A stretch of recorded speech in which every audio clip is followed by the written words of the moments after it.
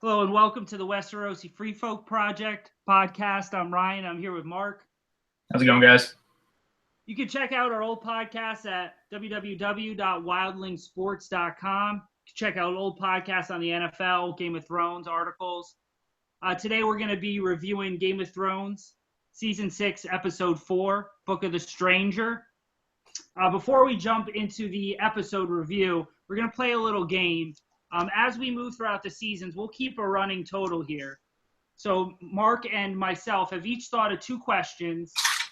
We haven't heard each other's questions, and we thought of two questions to try to stump the other person. Like I said, we'll keep a running total. We'll have to figure out what to do at the end with who stumps the other person more. So my first question, the Bolton soldier was riding up to Castle Black with his Bolton shield there, dropping off the pink letter. What else was he holding? He was holding a white flag. Yes, a peace banner. Damn, you're good. All right, what's your question? All right, my question deals with Dario and Jorah as they're on top of the mountain overlooking the city. They are disarming themselves and putting their weapons away. And Dario is reluctant to part with his blade. And my question is asking you, what does he kiss specifically on his blade before he kind of stashes it away? Okay, so he kisses the hilt. Yeah. The hilt is a naked lady on the hilt. Does he kiss like the boobs? He does. What's up? He does. He kisses the boobs. Nice. That's a little nice. prayer, yes. Damn. No lie, that was one of the questions I was going to ask you originally. All right. So I had that one thought of. Okay, number 2 here. John at the dinner table when he received the pink letter. Who else was sitting at the dinner table? We have Pod, we have Thormund, we have Brienne, we have Sansa, and we have Ed, Dolorous Ed. 100% right. It can't stump you here. It can't stump you. All right. What's your last question? This one's really hard, and I guess we're gonna use this to transition to another thought I had and developed when I went back and kind of checked out a scene that I wanted to rewatch. But my question deals with what verse number is quoted from the Book of the Stranger. All right, so High Septon, Marjorie are talking. He starts off and she says, "Oh, that's verse blank, Book of the Stranger." God, I'm between two numbers. I'm between 6 and 8. Is it 6? No, it's no. What is it? Verse 25. Oh, I was way off. Right. Verse 25, Book of the Stranger. All right, so you got one. We'll keep that running tally. You stumped me once there. So what you said you were going to kind of expand on that. Well, my whole thought process leading up to this episode was, what the heck is the Book of the Stranger, or why is it named that more specifically? And they only really mentioned the Book of the Stranger one time in the episode, and that is during one of the better scenes of the entire episode, is when the High Septon is talking to Marjorie. She kind of surprises him by quoting a specific verse from the Book of the Stranger, and that verse is number 25. And when I went back and I paid attention specifically to that verse, it made me think about upcoming episodes and potentially a specific character of sorts that I'm patiently awaiting his return. But I'll read the quote for you. All right. Here it is. "And one day you walked through a graveyard and realized it was all for nothing and set off on the path of righteousness." So what do you think about that? See, that reminds me a lot of Psalm 23 of the Bible. Though I shall walk through the valley of death. First. 23 and 25, that's pretty close. God, I think I know where you're going with this. the whole walking through the graveyard and the stranger. The stranger, correct me if I'm wrong here, but the stranger was the name of the hound's horse, right? Yes, it is named the Hound's Horse. Is Okay. Black Stallion. Yeah. Okay. Destrier, is that how you pronounce the horse's name? Yeah, Destrier. So in book 4, a little bit different part here, but Brienne is being accompanied by a few other characters on the way to it's called the Quiet Isle. And I guess the Quiet Isle is kind of built upon the delta of the Trident. And as they're walking through the Quiet Isle, they're walking through this really tricky swamp, and they pass through a graveyard. And you have a very tall, hooded figure walking with a limp, digging a grave. And there's a dog right by the grave that he's very friendly with. Yeah. It's something, the little detail they bring up as they're walking to the Quiet Isle. And as book readers, we have a hunch at who that specific character could be, and we think is. So I'll let you take it from there. Yeah. No, I think that I think that kind of ties in with this episode a little bit. And just like you said, the name of the episode, Book of the Stranger. Overall, I thought it was a really good episode. Probably my favorite of the season so far. One of my favorite episodes overall. Anytime there's a good beginning and a good end, they bookended those two big scenes there. Yeah. We got the Stark reunion at the beginning, and we got Dany's big scene at the end. And anytime you can do that, the episode's going to be solid no matter what. But the middle scenes, there were a few that dragged a little bit for me, but for the majority of them, they were really good as well. So, overall, I'd probably give it like an 8.5 out of 10, 9 out of 10 total. As far as the title, like you said, obviously we have that scene with Marjorie and High Septon. Also I think we had all these brother-sister reunions, and we'll talk a little bit more about those later. But, these relatives are basically strangers to each other too. All these strangers who they used to know each other so well, they're all coming together, as strangers with, all three of the reunions. It was the sister, that was really the driving force. They were the one that was uplifting the brother and trying to, either get them to do something or trying to avoid them from falling even further from where they were. And I thought that was a nice little touch there with Marjorie, Sansa, and Yara, or Asha.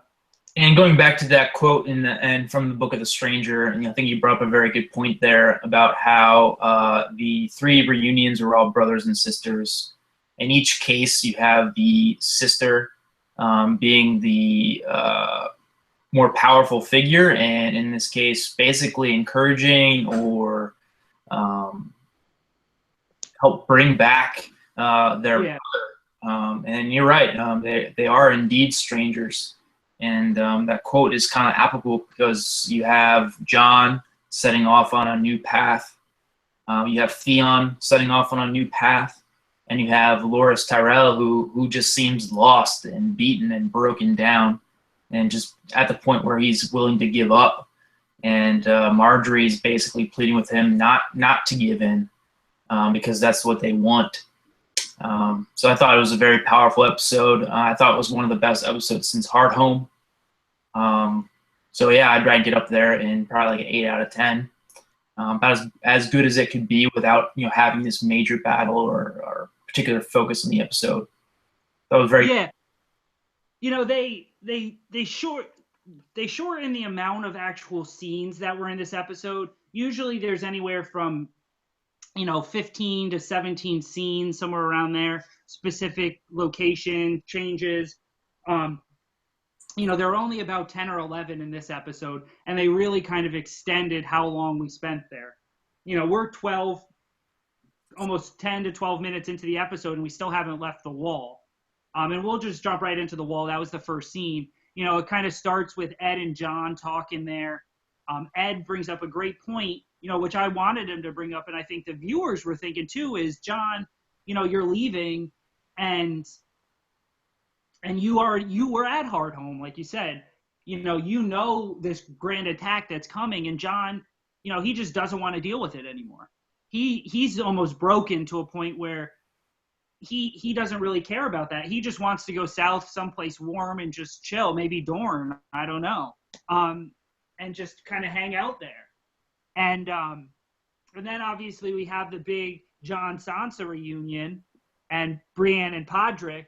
And outside of just Jon and Sansa, I thought that was great. They talked about adding it after the episode there. D&D talked about how that was the first scene ever with Jon and Sansa together. They had never had a scene before in the show. And you had Brienne, Tormund giving Brienne some eyes there as she came in. And Brienne, I don't think she knew what was going on. I think she thought Tormund was looking at her like, this guy wants to fight me. And really, he's looking at her like, who's this lady? I like her. She looks, not a little bit like a bear, but she almost as big as a bear there. So yeah, right up Tormund's alley. A few things with that. I mean, I was not anticipating them actually doing a Stark reunion. I thought that was going to be another close call where, Jon has left Castle Black and Sansa just arrives. So that was a really, really cool moment.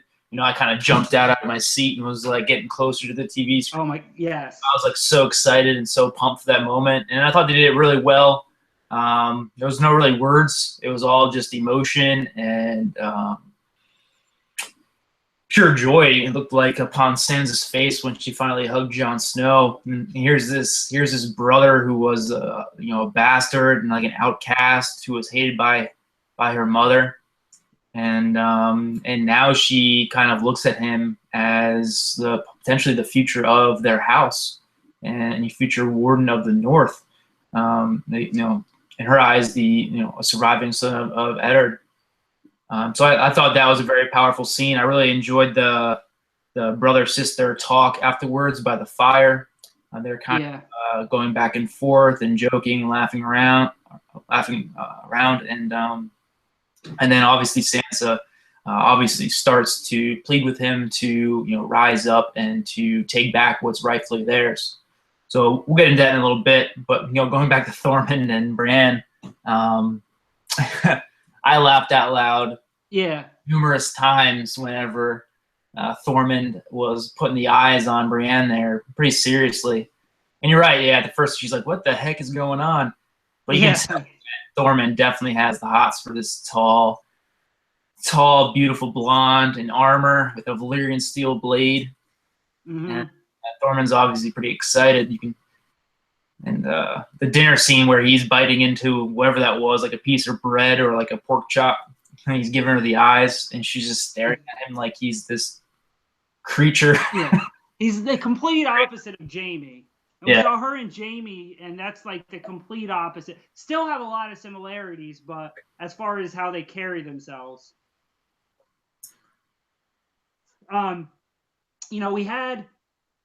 We talked about Sansa and Jon, and we had that scene next with Sansa and Jon, and they, Sansa was lifting him up during that scene, and Jon's talking about all he's been going through, and Jon broke a little bit after that, after his death and then subsequent resurrection. So it's understandable why he broke. I think 99% of us would, but Sansa hasn't had a cakewalk either these past 6 seasons. She's been through, maybe not death, obviously, but, she's been a hostage since season 2. Since Ned died, she was a hostage of Cersei and Joffrey, then pretty much of Littlefinger, Mary Tyrion, then Ramsay, and finally she escapes at the end of last season. And it also and she hasn't broken yet. She, for the first time, she was showing some real strength there with Jon. And it also kind of shows, they weren't as close when they were younger, and they made a point to show that. They weren't really as close, but now, after all these trials they've been through, they're so happy to see each other. It doesn't matter that they weren't close. They're still family, and they know kind of intrinsically that they can trust each other, and the other will look out for the other person. And, it was a great scene. I love the scene. I thought it was a nice touch by D&D there, when the High Septon is with Marjorie, and he basically asks her, if you were to basically survive this ordeal and be let free, where would you go? And she said, to my brother and to my family. And that's what you see happening with Sansa. You see it happening with Marjorie and Loras, and you see it happening with Theon. Their gut reaction when they finally have and are set free from whatever was restricting and binding them, they end up immediately resorting or traveling back to their families and to their kin. So I thought that was a really nice touch. Yeah, we also, we had a nice little Mel Brienne Davos scene where Brienne basically came over to talk smack to Davos and Mel. It was incredibly awkward, the scene. I think it was made to be a little bit awkward. The Davos finally asking Mel what happened to Shireen, and of course we don't, he doesn't get a real answer. Basically saying, hey, whoops, no, now John's the prince who was promised. I was wrong about Stannis. We're just going to switch over to John now. And then, I sense kind of a little conflict brewing between Mel and Brienne there. It'll be interesting to see what happens with that, if Brienne can forgive her or kind of move past it, or, if she's still going to hold this grudge against Melisandre. Yeah, I didn't really like the scene too much, but I can see why some other people might like it because of its awkwardness and because of, you have Brienne here who basically executed the person they had been following for several seasons now, and who they thought was this prince that was promised that was going to save them from the long night and defeat the others with light. And there's Brienne, a woman, nonetheless, who was basically like, yeah, that was Kingsguard for Renly Baratheon. I saw you murder him, and then I killed your king. So I thought, thinking back on it, it was a pretty cool scene. I just, long overdue, way long overdue for Davos to even, think about asking Melisandre about the fate of Shireen and Stannis, for that matter. Like, you think that'd be the first thing he'd ask? Want to know about. I mean, how long has it been in real time? It's had to have been a while. Yeah, I mean, Sansa's now traveled all the way from Winterfell to the Wall, so it's had to be a few weeks at least. John's, probably had died and was resurrected, within a week or so, and then obviously the time in between there. He asks what happened, is Stannis dead, is Shireen dead, right when she gets there, but he hasn't really inquired anymore. And I think that, I think we'll get him in the future, maybe acquiring a little bit more and pushing a little bit further in the season here. Okay, so we jump from the Wall, and we'll make another little pit stop later at the Wall, but we jump from the Wall now over to the Vale. And we haven't seen the Vale, in almost a season now. We maybe over a season. We have Lord Royce with Robin Arryn, and Robin Arryn has, like all the kids, he's definitely grown up since the last time we saw him. Still can't shoot an arrow. He's no Anguy the Archer, but we get Littlefinger coming, giving him a falcon, and this scene just kind of shows you that Littlefinger. It's just lie after lie after lie with Littlefinger, and he's so good at it. He's just spinning his webs everywhere he goes. And he's got Robin Arryn wrapped around his finger, basically. I'm interested to see, where Littlefinger goes from here. He hasn't really commanded forces before ever. So is he really going to devise battle plans? I mean, what's going to happen with him, or could that be his undoing in the future? Because he hasn't done that before. He is very calculating and conniving, but he hasn't really, he's not a military strategist. Yeah, I like the scene a lot. you have little Robin Aaron there, who obviously has grown up a lot. He's this tall, lanky character now. And he is probably creepier than he has ever been before now that he has power. And he obviously is able to make decisions here that affect everyone around him, including the fate, in this case, of Lord Royce. At one point, he's basically like, can we throw him through the moon door? Yeah. And Royce all of a sudden completely changes his tune from what it was, where he was basically challenging Littlefinger for his lies, and then Littlefinger basically springs Lord Robin upon him, and things change really quickly with Littlefinger. He plays the game better than any other character in the show, and he's basically responsible for the entire chain of events that started the series. He is a very powerful, influential figure in the show and in the books, and it's I think he is definitely up to something, especially in the North. His ultimate goal is to become Warden of the North. So it's gonna be interesting to see how he actually is maneuvering and what other lies he has up his sleeve in regards to Sansa, regards to the Eyrie, and regards to Winterfell. Yeah, I think we all see a Battle of the Bastards coming a little later on, and we all would love Littlefinger to add the Vale strength to Sansa and Jon, and that would be the best for them, and that would probably be pretty good for Littlefinger too. Maybe I don't think she's just going to forgive him with open arms, but she does understand that they're at a tactical disadvantage here.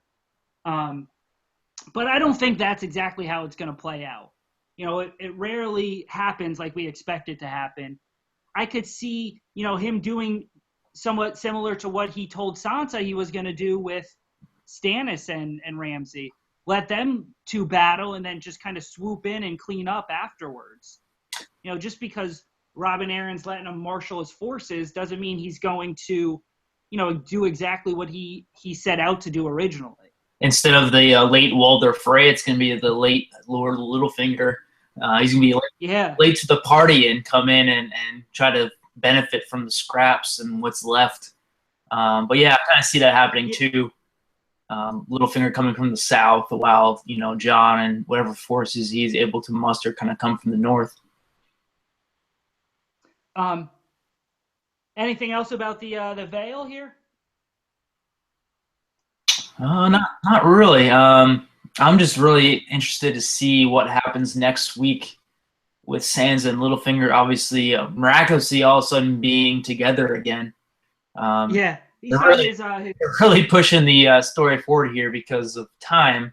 But how far is the Eyrie from Winterfell? It's got to be several hundred miles at least in terms of geography. But a show's the show. Yeah, Littlefinger has traveled, I think more than anybody in the past few seasons. He's been up in Winterfell and at the Vale twice, and now he's at the Wall. He was down in King's Landing last season talking to Cersei. He's like, all right, so it's like he's apparating like Harry Potter from one place to the next. He's a wizard. Yeah, he's got his transportation game up. So we jump over to Meereen, and I really like the Meereen scenes.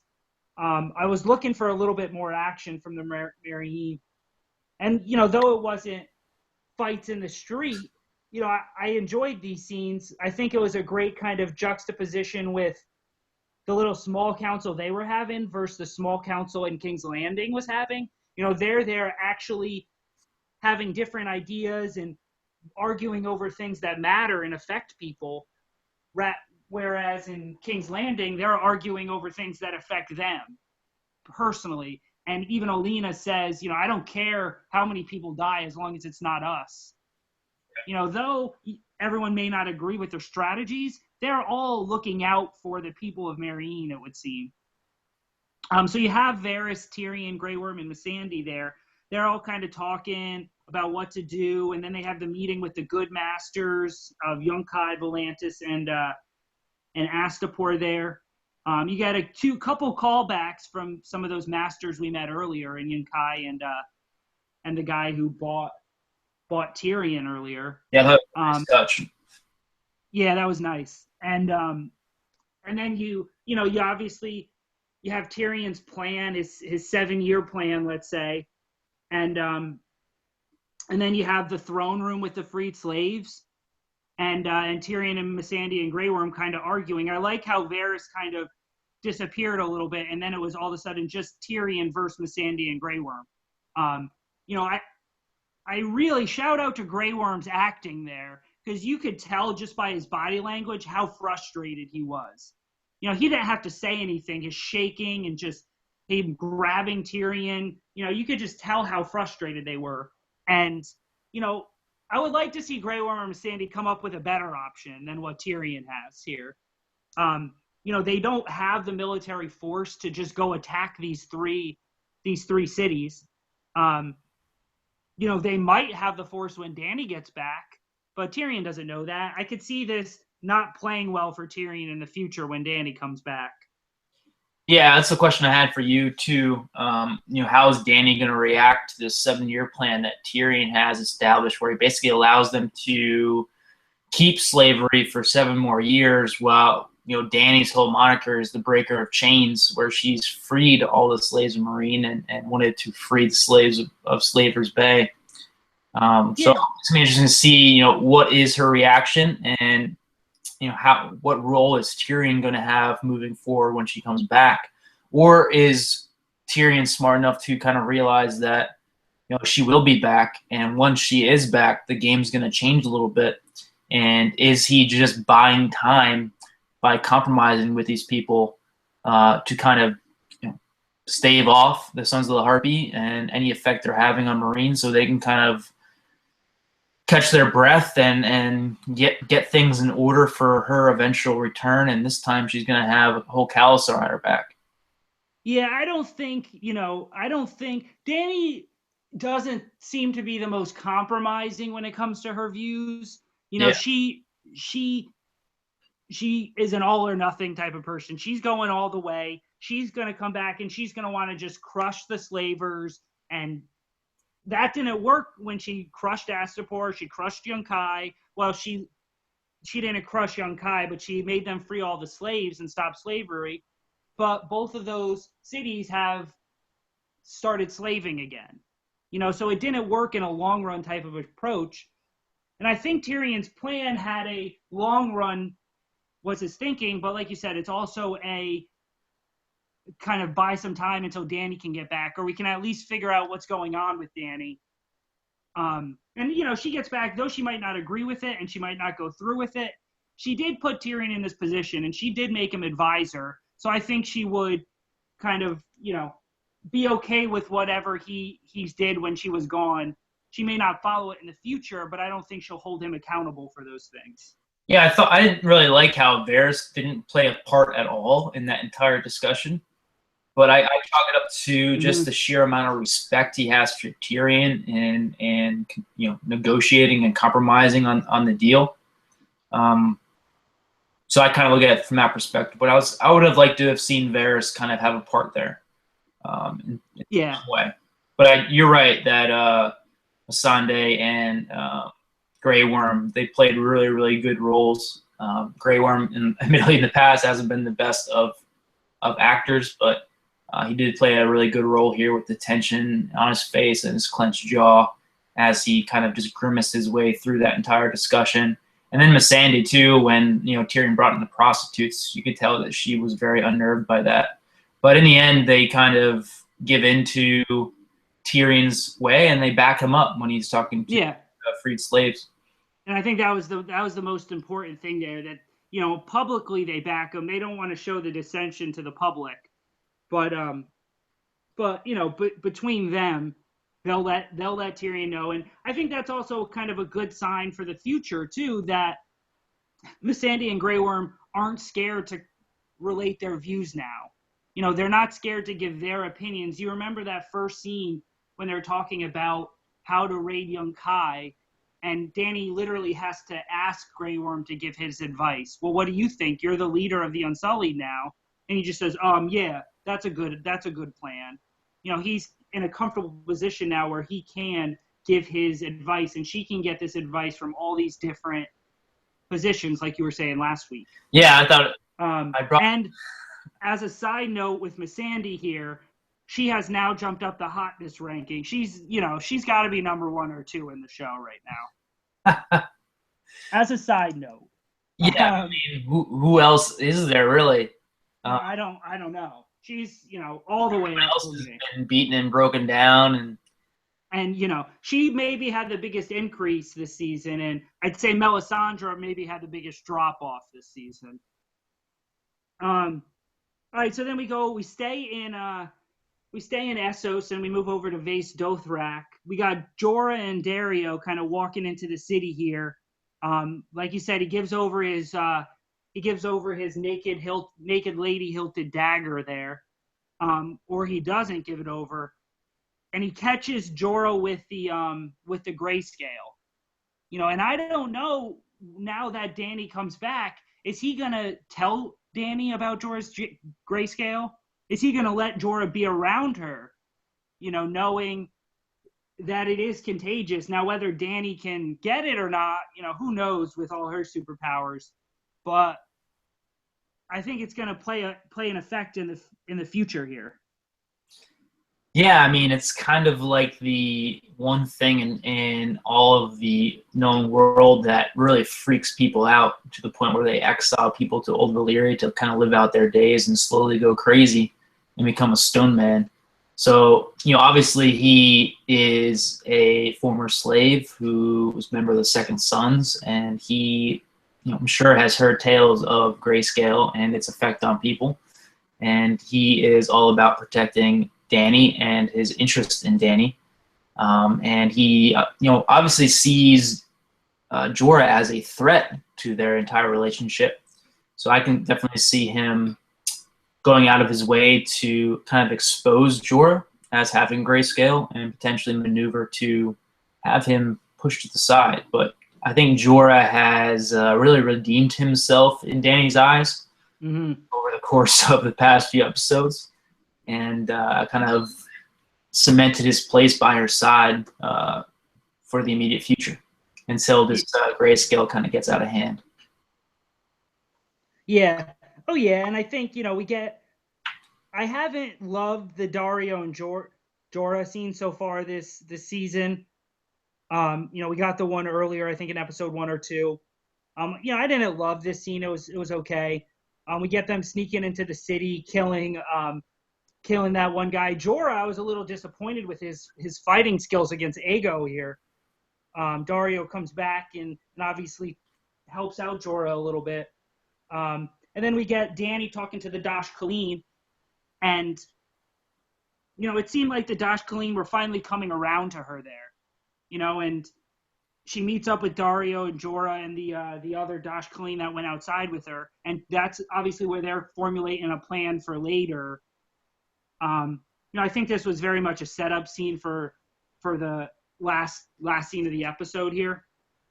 So it was okay as long as it set up that last scene. I was okay with that. Yeah, the one particular scene that really caught my attention was Dany kind of connecting with that young woman in the Dash Khaleen who was kind of married off to a cow when she was 12. Kind of very, very similar experience to what Dany went through, and how the cow broke her ribs on the wedding night or whatever it was. And then they go out to break water, and Dany's kind of having this casual conversation with her about how they can never leave the Dash Khaleen. And then the woman basically tells Dany that the only way she can ever leave the Dash Khaleen is when her body's burned upon the pyre and she rises from the grave. Yeah. Along those lines. So I thought that was a nice little touch and a little foreshadowing to what was about to happen like minutes later in the episode. Yeah, and I liked, through that scene, Dany, though this girl might have been younger than Dany too, Dany showed her respect, and she showed the whole Dash Khaleen respect while she was with them. I think she was kind of thinking, I'm going to want to lead these people later. I can't just go in and be terrible to these people, even though they're basically holding me captive. You know, she refers to her as Khaleesi the whole time because she was a Khaleesi as well, not unlike Dany. So, you know, we get this scene clearly kind of setting up things for later events. And then we move over to Marjorie with the High Sparrow. Marjorie having that conversation, quote in Book of the Stranger there. You know, this scene kind of dragged. I know you said you liked it. This scene kind of dragged for me a little bit. You know, and then her meeting with Loras, like we talked about, he needed some picking up. I think she went in there kind of thinking, hey, let me try to talk strategy with Loras. And then all of a sudden it moved to, oh, he can't really talk strategy. And now all of a sudden it moved to, he just wants to be done. He can't even, you know, live anymore. She has no idea what to do with him. All she knows is to comfort him in this moment. And I liked how Loras, though it looks like he might have been beaten a little bit, he might have had a little bit rougher than Marjorie.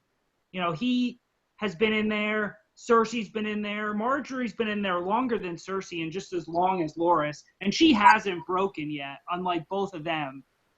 So it kind of shows the strength of her character a little bit. And I think the High Sparrow's kind of plotting to use Marjorie later. You know, he knows Marjorie is probably going to be the queen still. Tommen will be the king. We've seen him kind of using Tommen a little bit. You know, if he can kind of get them both on his side, he can almost rule through them or affect rule through them in the future. This High Sparrow's not an idiot here. He knows exactly what he's doing. Yeah, and that's one of the things that the show's kind of hinting at is that he is kind of pulling the strings in this game, and he's obviously planting thoughts into Tommen's head and, you know, basically telling Tommen to don't tell anybody about my plans for Marjorie. Yeah. Knowing full well that obviously Tommen's going to tell his mother immediately, and they're going to rush into something that they probably shouldn't be rushing into because it's exactly what the High Septon wants, and will probably rally more and more people to his cause. One scene that really stood out to me in this was when Pycelle was counseling Tommen. Yeah. Cersei's kind of walking in on it, and Pycelle was basically telling the king to exercise caution because he's dealt with fanatics like this before, and the key thing is not setting them off. And he's basically saying that's the most important thing, not to set them off. And then Cersei comes in and basically counsels the exact opposite. And in a small council meeting too. Yeah, and that's one of the things I missed a little bit last season. You know, they did that in A Feast for Crows, the 4th book. You know, leading up to Cersei's walk of atonement, her walk of shame there, and while she's arming the faith, you have Pycelle giving her all this advice, which in retrospect seemed like great advice. She just did the opposite the entire time and called them an idiot the entire time. But looking back on it, it looked like good advice. Now all of a sudden, you know, he's giving the exact opposite of advice that she wants to do here. You know, I like how Tommen even repeated Pycelle a little bit. You know, he said, well, we can't set them off. They have Marjorie. We don't want to put Marjorie in a bad position here. And, yeah, I agree 100% with what you said. I think the High Sparrow is completely setting up Cersei. He's completely setting them up, knowing that Tommen would tell them. I don't think he wants Marjorie to go through a walk of atonement. Because she'll obviously lose respect like Cersei, and he won't be able to rule through her quite as much. But we'll see with that. I think by kind of baiting the Tyrells and the Lannisters to attack the Sept, that is going to weaken Tommen's respect for his mother and for the Tyrells by kind of disobeying his orders, making him look weak and draw him more towards the High Septon. Yeah, and it also, you know, you notice that, like we said earlier, Olenna makes that comment in the small council meeting there that she doesn't care what happens to the people as long as they survive, that people are going to die no matter what. And that's basically what the High Sparrow's been preaching, that, you know, the small folks get hurt when you guys are playing your game here. And that's probably what's going to happen when they do this attack, and it'll probably just bring more folks to his side. And I also like the little touch where Cersei said, hey, in a few days, I'm going to have my trial, but before that, we're going to go attack the faith. Let's try to deal with all this before I even have my trial. I don't know if the High Sparrow, he's baiting them so he can get a shot at Sir Robert Strong beforehand, or if it's just to kind of bring more people to his side here and bring Tom in more so to his side as well, like you said. Yeah, it's interesting to see how this is going to play out. I definitely see it backfiring on the Tyrells and Lannisters. Yeah. It's just going to be chaos and riots in the street, and the whole city, I feel, is going to rise up and be against the Queen, or the Queen Mother, you can say. Yeah. And it's just going to be like the Red Keep and King's Landing just destroying itself from within, and like this all-out civil war against the throne. Yeah, I think it's going to be very similar to season 2. I think it was season 2 when Marcella's sent away, and they're walking through Joffrey and Sandor and Sansa and Cersei and all them, and the people on the street attack because Joffrey, we call him an idiot for telling him Sandor to run in and attack and kill all the people that threw the mud pie at him, and there's a big riot. I think it'll be like that, but just on a much grander scale here. Yeah, I mean, you think back to the things that the crowd was saying to Joffrey, and then like later on, I think it might have been last season when Tommen approaches the set for the first time, and you hear people in the distance going, "Bastard!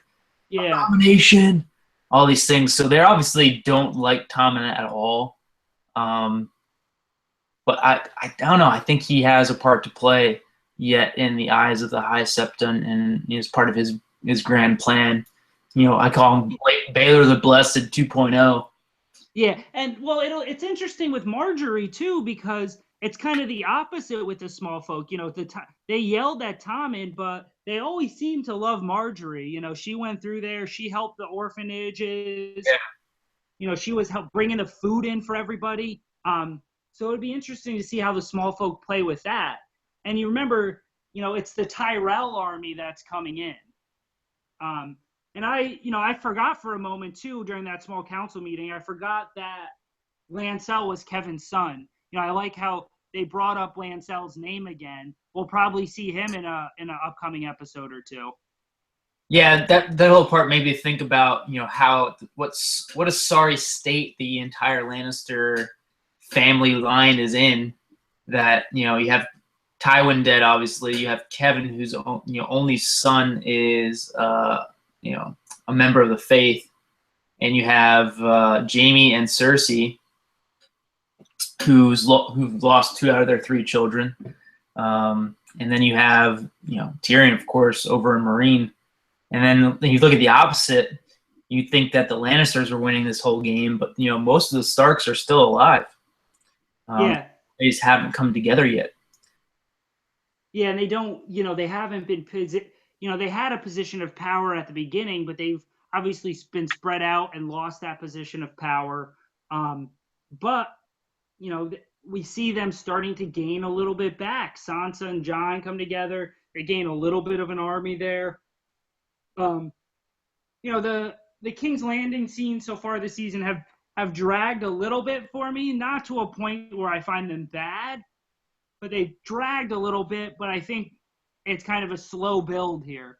I think it's a slow build to, like you said, chaos potentially in the next episode, just throughout King's Landing, which will make it all worth it. Endgame, Cersei's going to gain power again, and kind of slowly push the Tyrells out. Kevin Lannister, Pycelle. I think we kind of know where that's going, and Cersei's going to solidify power in her hands, and I feel like the whole city's going to be against her. Burn this city to the ground. Burn it to the ground, a la King Ares, the Mad King. What he wanted to do before Jaime killed him. I could see her playing a very similar role, the Mad Queen, like you said, or you're about to say, I think. Yeah. All right, so we move over to the Iron Islands. We get the third brother-sister reunion here between Asha and Theon. And, Theon makes it home to the Iron Islands. She brings up the fact that she lost all those good men fighting, trying to gain Theon. He turned her back on her when she got there. I think she's also a little bit salty about it because that was the last conversation her and her dad had before she died, or before he died. And he was upset with her for that.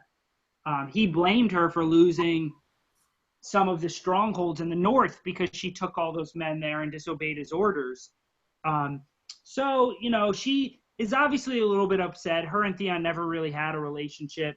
Once she realizes he's not there to try to take the Iron Islands, she becomes, it seems like, a little bit more forgiving, and she's willing to use him, it would seem like. I mean, even through that scene, though, even when she's mad at him, she's still trying to pick him up. She's telling him not to cry. She's telling him to look at her in the eyes and stuff like that. And she's trying to pick Theon up, just like Marjorie was trying to pick up Loras and Sansa was trying to pick up Jon there. Definitely. I thought it was another powerful scene here, another powerful reunion of sorts. I think, she didn't really perk up until basically Theon said that he had no interest in the crown on the Seastone chair, and that he was basically going to pledge his support to her, which would mean a lot to her because it's rightfully his chair, his seat on the Iron Islands. But yeah, obviously it's going to go to a King's Moot, and the whole purpose of the King's Moot is who has the best claim and who has the most backing for that claim. So for her to have Theon on her side, I think, is a nice little power play. But at the same time, though, Theon is a broken man, if you can even call him a man, at this point in time. And, how much respect does he have amongst the Iron Islands and the other leaders within the Iron Islands? It can't be that much after what happened in Winterfell and the name Theon made for himself and how he became Reek and Ramsay's plaything. Is he going to have that much influential of a role in the King's Moot and in helping her claim the Seastone chair? Yeah, even, Theon, even more so than any other kingdom, the Iron Islands is built on this philosophy, like their motto, "We do not sow." They're built on this philosophy of toughness and that they're going to take what they want.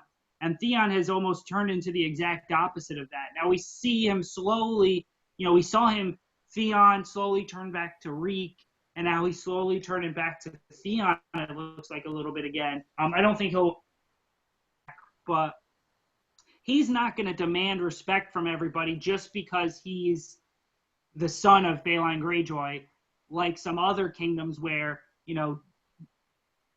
Loras would demand respect just because he's the son of Mace. This is a different culture they have there.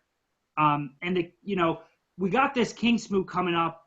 It really is setting up to be Asha versus Euron here. I'm sure they'll throw in a few other randoms in there to kind of add to the scene a little bit. But it's really setting up as a Euron versus Asha and potentially Theon backing her.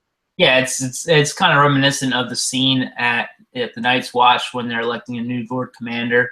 It's between Alistair Thorne and Jon, but you have these few randoms in there that they just threw in there to make things interesting. But we see a preview for next week where you definitely see Euron's entire fleet arrive late to the party, but obviously to make a big scene. But you're definitely going to be between the two of them. And he's been around the world. He says he's been to Dorne, to Karth, to he's been all the way up the Narrow Sea, and he's been all the way around Westeros. He's been around the world. So he doesn't seem like he has the best reputation in the Iron Islands, but we'll see kind of how that goes there. I'm looking forward to the King's Moot, definitely. Yeah, I mean, the King's Moot, the Tower of Joy, those are like some of my most memorable scenes in the books. I mean, the King's Moot in the books is amazing. Yeah. And we know in the books, it takes place within the bones of a kraken, like the rib cage of a kraken at night. And I was kind of looking forward to like seeing that and like having that scene play out in my mind. It's kind of like I was looking forward to the Tower of Joy immensely. So Yeah. hopefully I'm not disappointed again, but I'm sure they'll do it and do it well. Yeah. So, talking about that was a happy reunion. We had a not so happy reunion. OSHA made it back to Winterfell, but that didn't last long with her there. The You know, obligatory Ramsay kill scene. yeah. The minute they put that knife there and they saw OSHA reaching for the knife, you knew OSHA wasn't killing Ramsay at that point. He wasn't going out like that. He you knew OSHA was in trouble at that point. I kind of felt like she was in trouble when she came back. Um, he had her bathed. He had her thinking one completely different way there. I think he was almost testing her a little bit with that knife. He kind of put it far enough away. He wanted to see if he'd be able to use her in the future. He put the pieces together and he knew that she was the one that helped Rickon and Bran escape when Theon had Winterfell. Yeah, Theon told her everything.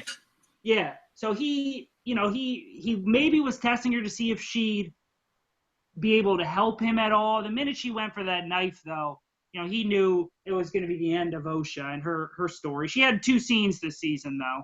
A few words here. I liked OSHA a lot. I was sad to see her go. Yeah, that's the one character that George R. R. Martin said that the book version of OSHA might influence how he writes about the character in the future, and that was the only character that really changed his view or outlook on a particular character in the books. So that speaks to how good she was. Yeah, Show OSHA was more powerful of a person and more influential of a character than Book OSHA. So I thought it was a sad way to see her go out.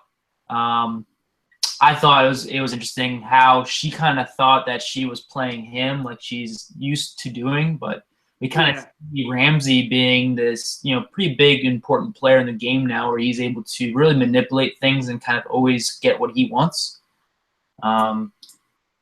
It's interesting to see how actually quick and he is with that blade. I mean, we have seen him fight one time when the Greyjoys try to retake Theon. And he's fighting all these guys in armor, and he's wearing no shirt. He has like 2 blades or 2 little axes or something like that, and he's kicking butt. So it's interesting to see. He must be a fairly formidable warrior and be very quick, very fast to continually get the upper hand in these situations. But I thought when he basically told her that you're a much better talker than Theon. I had to break Theon. And then he tells her that he knows everything and that Theon told him everything about Rickon and Bran. She basically knows it's a lost cause. There's nothing she can do. She lunges for the knife, and he's obviously much quicker on the draw and ready for it. But another sadistic Ramsay scene. We've seen those 100 times by now. I think the whole world, every watcher of Game of Thrones, just wants to see his character go, and we're just I want to see him down the episodes. I want to see him. I don't want to just see him die. I want to see him genuinely scared. I think we talked about this a little last week too. I want to see him genuinely scared before he dies. And there's not a lot of things that have scared Ramsay. Maybe the direwolves. That would be a good kind of good theme there with him killing Lady Walder Frey and his brother. He had killed his one lady companion in an earlier season with his dogs. That's how he sent everybody out. If he gets it by summer, maybe Summer comes back. Ghost obviously is there. That'd be a good way. Or Shaggy Dog. Or Shaggy Dog, yeah. If Shaggy Dog's still around. Eventually. But also, you see Ramsay, and even bleeding into the next scene a little bit, the pink letter scene, with the dinner scene between Tormund, Jon, and all them, you see Ramsay's becoming a little bit more savvy too. His original plan was to march up to Winterfell and just kill Jon and to kill the Night's Watch. But his ruse before he died told him you can't just be treated like you can't just act like a mad dog. He realizes once the Umber told him that he brought a bunch of wildlings through. Well, now instead of marching up there, let me bait Jon to Winterfell. I have a tactical advantage inside Winterfell. He tells Jon about Rickon, that he has Rickon. He tells him about Sansa, what he's going to do. And 3 or 4 times in that letter, he says, come and see. Come and see what I'm going to do. He's baiting Jon to him. And also in that scene, you have Sansa say that he has about 5,000 soldiers. But that was probably before the Karstarks joined up, before the Umbers joined up. Roose had mentioned the Umbers, Karstarks, and Manderleys. So I have a feeling we'll see the Manderleys in the future here. So they've probably swelled their ranks since then. But he's getting a little bit more savvy as he goes and as he plays here the game. Yeah, I mean, I think the pink letter scene was one of the few times where the show did it and did it so well that it rivaled my memories from the book. They nailed it. It was great. It was a great letter. They touched on basically and hitting the emotional nerves of everybody at that table. I really enjoyed Tormund just kind of staring down, as he's reading this letter, and how Tormund's reacting to the letter as basically Ramsay's saying that he's going to kill all the wildling men, women, and children and skin them alive. And Tormund's just kind of, at attention, his eyes glaring with that glare he has. How Brienne is reacting to Ramsay. I'm sure she has heard about him from Sansa on multiple occasions. Yeah. But actually, see how sadistic he actually is. She seemed to be a little unnerved by it.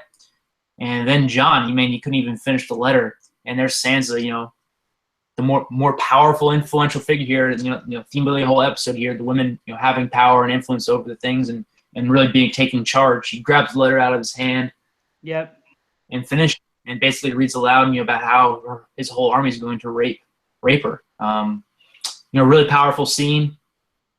I get why Jon is a broken man and how he is just hesitant to get involved in these conflicts and these wars because, as you said, he's always been fighting, and it ended up getting him killed, and he's just worried that is what he's doing right, or will he make the right decisions? I found it interesting, thinking back to when he hanged Alistair Thorne. Alistair Thorne basically tells him that he's going to be grappling with these decisions for his entire life, and will he make the right call, and will he be comfortable with that decision? And Alistair Thorne's like, "I do it again. I'm comfortable with my decision. I went down fighting." And he's like, "Are you Jon?" So I thought it was pretty cool. Yeah, like you said, that pink letter scene definitely rivaled, if not surpassed, the pink letter from the books. They had all the little special touches in there. Ramsay, the come and see, how many bastards Ramsay threw into that letter. Come and see, bastard. See what I'm going to do to your sister, bastard. Yeah. I've got Shaggy Dog, a rug on my floor here. He's baiting him there, and Jon eventually says he's going to take the bait. They've got their 2,000 fighting wildlings here, who haven't really fought in any of these wars before. It almost seems like he's definitely going to need more soldiers, especially to defeat Ramsay inside of if he's holding Winterfell.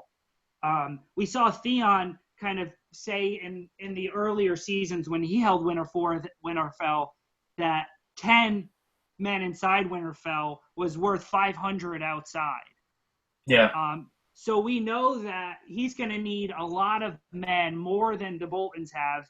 So it'll be interesting to see how he goes about getting those men, or not just Jon, but Sansa as well. How Sansa goes about getting those men, because she's on a revenge path, and she's not going to stop. She's going to stop either when she dies or when she gets her revenge and they get Winterfell back. Do you have anything else about the dinner scene there besides Tormund and Brienne? Definitely in the future. Tormund, Brienne, 2016. Definitely. I'll add a little bit, kind of previewing, what's to come. Sansa saw the Battle of Winterfell when Stannis approached with his army. Yeah, good point. Saw it from the tower. She saw how it went down. Brienne saw how it went down, how they basically left the safety of Winterfell. They went out into the battle because they had the numerical advantage and just ended it. So I feel like, I think I referenced this last week too. I feel like the Wildlings are going to be used as this bait for a big trap, to kind of lure them out of the castle to, really, make it a fair and a more even fight. Yeah, that's a good point there. Sansa. Yeah, that's a good point. They both saw that, especially not just Sansa, but also Brienne and Podrick were both there. They saw him leave Winterfell pretty much undefended. So if they can kind of get in from behind there, they might be able to overcome a little bit of a disadvantage in numbers. And also now that they have a Stark, they have Jon, obviously Snow, but they have Sansa Stark there. They can hopefully bring some of these northern houses together. I know in the preview, the original trailer for the season, we saw Davos inside of Bear Island. So it'll be interesting to see if we meet a few Mormonts. And also, thinking back to last season, Stannis sent out letters to all the northern houses asking for loyalty, and you got a letter back from Lyanna Mormont, a young girl, where she basically said, I know no king in the north, but Stark. So basically saying that, the Mormonts are really loyal to the Starks, and I'm sure there's a lot of other houses too that would gladly fight for Jon and Sansa. Yeah, it seems like, Roose had mentioned that the Manderleys, Umbers, and Karstarks had about half of the northern force, more than half of the northern houses there. So it'll be interesting if they can rally some of these smaller houses to their cause, and what happens with these Vale soldiers as well. So we move on to the last scene, Dany and the Cals. So this was, I love this scene. I thought it was great. It was meant to mirror season 1, episode 10, the funeral pyre with the dragons birthing there. But not just the burning down, but also the conversation, everything in there. They included little snippets of the past to show how Dany it all came to this, and Dany was using memories from her past and things she's gone through to build to this. She had her referencing Drogo's speech inside the tent. They had the Khal Marrow talking about how he was going to let his Khalasar and then his forces rape her. Well, that's exactly what Viserys said to her in season 1, maybe episode 1 or 2. It's all stuff she's heard before. She's not worried about that. She knows that in the pyre in season 1, the few Dothraki that were there, they all bowed to her when they saw her come out of the flames. If she comes out of the flames on a larger scale, it's probably likely that the Dothraki that are there at that point will probably bow to her as well. She knows she burnt down the Undying to kind of take that victory. She uses that victory again. And leading up to this, we had talked even last week, and since the last book came out a few years ago, we had talked about what was going to happen, not just us, but everybody. How is she going to get out of this? Was Drogon going to come back and be the stallion here? I still think Drogon will definitely come back. But Dany did it by herself. She got a little bit of help from Dario and Jorah barring the door there. But she was able to take this victory on her own. It was her plan, and she was the one that kind of maneuvered all the pieces there, which I think just speaks to Dany kind of coming into her own, just like all those sisters did earlier with Marjorie, Sansa, and Asha. Yeah, another scene where the women are taking charge, and I thought it was interesting how when she left Dosh Colleen and she came across Jorah and Dario, they were like, "Let's leave," and she's like, "No, that's not gonna work. I'm gonna do what I came to do." So she definitely had a plan. I thought the producers definitely did a great job of setting everything up to make it not seem as far-fetched as it looks on the surface. I mean, as you said, there's an underlying thought process to basically every single thing that Dany said and did. It's almost as if she had this planned, the whole way when she was walking in there, like, how am I going to get out of this? What am I going to do? She obviously knows a lot about Dothraki culture and about Dothraki symbolism. Yeah. There are references there, like in her speech to like the Mother of the Mountains, to like powerful women within the Dothraki cultural history. So I thought it was a very cool scene. It was a little bit too much like that scene in V for Vendetta. Yeah. Talking about yeah when he comes out of the flames and I don't know. That's what I thought of when it happened, but I thought it was a very powerful scene. Yeah, and not just using all that from the past, but also, she was there before, so she knew exactly what she was dealing with. She ate the stallion heart in that exact location, so she knew where she was going to be. So she kind of used all her past experiences to lead up to this. Not just that, she has this Khalasar now. We talked a little bit last week about potentially maybe how she'll get a navy. She needs ships. But she's got this huge Khalasar following her, one of the greatest cavalry forces in the world. And she's also got this great infantry with the Unsullied.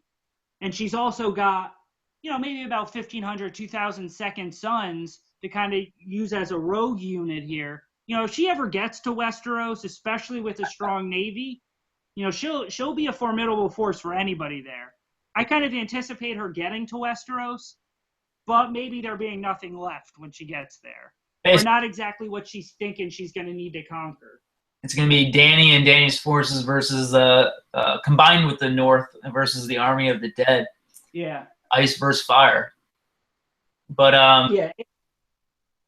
Go ahead. Yeah, so it'll be strong. The other thing I was thinking, we started the season with, all the Lord Paramount families. They were all pretty much intact, as far as everybody in world sees it. We have Tommen Baratheon, quote unquote. He's kind of the last surviving Baratheon there. I know we have Gendry, and that, maybe he can be legitimized if he's ever gets off his boat. But if he ever gets off his boat. Yeah, so we start to see the Boltons take over as Lord Paramounts of the North. But now all of a sudden we see these families almost coming to extinction. The Martells pretty much are died out now. We have the few sand snakes who weren't technically Martells, they're sands there. Ramsay killed off Roose and his brother. If we expect him to die this season like a lot of us do, well, now there goes the Lord Paramounts of the North. I think Tommen's going to eventually get it, so there goes the Baratheons. I don't think Robin's going to survive this. Robin Aaron's going to survive the series.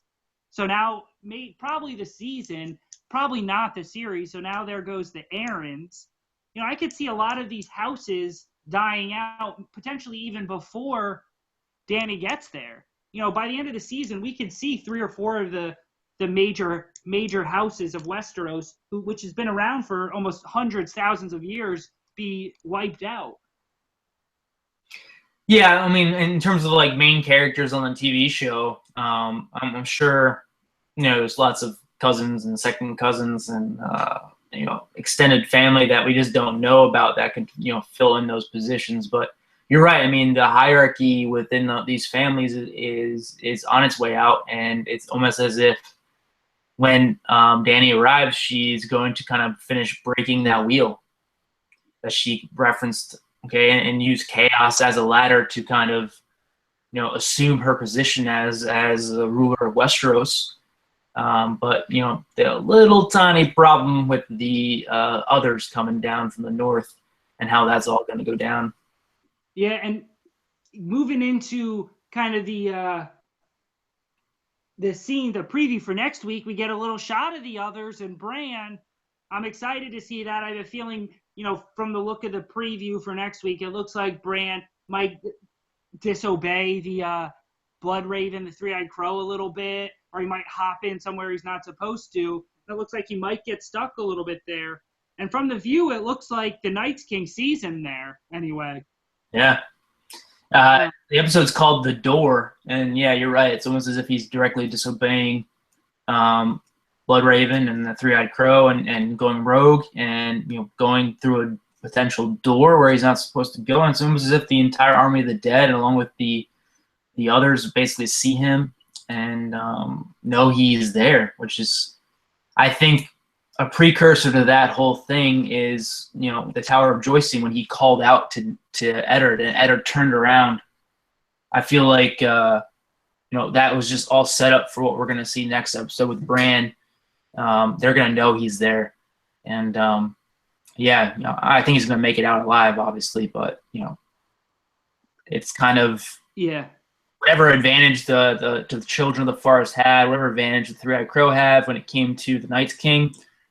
Bran's going to make a little mistake here, and the Night's King is going to be fully aware of him and his capabilities. Yeah. The other thing I was thinking, kind of off that topic though, was we were talking about Ramsay and how he might kind of, when he dies, that might be the end of the Boltons here, at least the characters we've been introduced to. He's really the kind of the big bad guy right now in the show. And either the show really, if he does die off this season, they either really need to create another big bad, or the White Walkers are just going to have to take over that mantle for the last season or 2 seasons we got left here. I don't know if the White Walkers by themselves are going to be able to carry it every single episode, all season here. So I can see one of the characters who kind of is on the peripheral of your quote-unquote bad guy really kind of do something at the end of the season to really push them over the top. Maybe Littlefinger attacking the North and attacking Jon and Sansa. Maybe Cersei and Jaime doing something bad here. But I really feel like we're going to see one of these peripheral characters really step up into a really, evil quote-unquote role. Yeah, I put my money on the Jaime Lannister and Cersei Lannister, especially Cersei becoming what we think she's going to become, the quote-unquote Mad Queen, as being kind of public enemy number 1. I can see it also being Littlefinger too, depending on what he's actually plotting in the north, and is he gonna double cross Sansa and portray the forces he's going to be fighting for? Is he going to be the party like Lord Frey? When are the Freys going to make a reappearance within the show? Yeah, we did see them in the trailer as well. So the Freys hopefully will make a return. We heard casting news that from originally that Thoros of Myr was probably cast this season, so we'll probably maybe get a Brotherhood without Banner shot somewhere. So we got some Riverlands plots to get to later in the season, which should add a whole new element. We should hopefully see the Reach this season as well if Sam gets to Old Town. So yeah. We got a few kingdoms which we think will definitely come in at some part of this season. This season has been definitely one of the better seasons so far, if not the best, one of the best seasons so far, in my opinion. And it seems like they're only kind of building to bigger things and better things kind of as the season progresses here. Yeah. I think as we move throughout the season, we've had at least one of your major named characters die, multiple characters pretty much every episode so far. So I think as we move throughout, we're going to see a lot more death throughout the rest of the season. And a few of our characters we really like probably meet an unfortunate end. And I think Rickon's probably at the top of that list right now. I don't see him getting out of this this Ramsey situation alive. Definitely not. But at the same time, we're going to see some cool characters return, whether it's Edmure Tully, the Blackfish. Yeah, the last we heard of Edmure, Edmure was a capture of the phrase after the Red Wedding. Catelyn's brother. So we should hopefully see him. Yeah, and the Blackfish escaped before the Red Wedding scene went down. That's right. So they did mention that. Well, Walder Frey or Roose, I forget one in that season after that episode after the Red Wedding made it a point to say the Blackfish escaped. Yeah. So where's he gonna pop up? Cool. Do you have anything else about the episode you wanted to go over? Anything pressing? Anything about the future episodes? Looking ahead, I like to look at the titles. So the next episode's called The Door, and the episode after that is called The Broken Man. Yes. Kind of going back to my original reference here when we got this episode started with the Book of the Stranger quote about the quote-unquote gravedigger in Book 4. Also, a certain speech from that book called The Broken Man. So yeah. I'm really, really looking forward to that episode and seeing if fan favorite is going to make a comeback. Absolutely. Let's give Megan good talking to you. Like I said, you can check us out on wildlingsports.com. Email us at wildlingsports@gmail.com. Thanks for listening, guys. Later.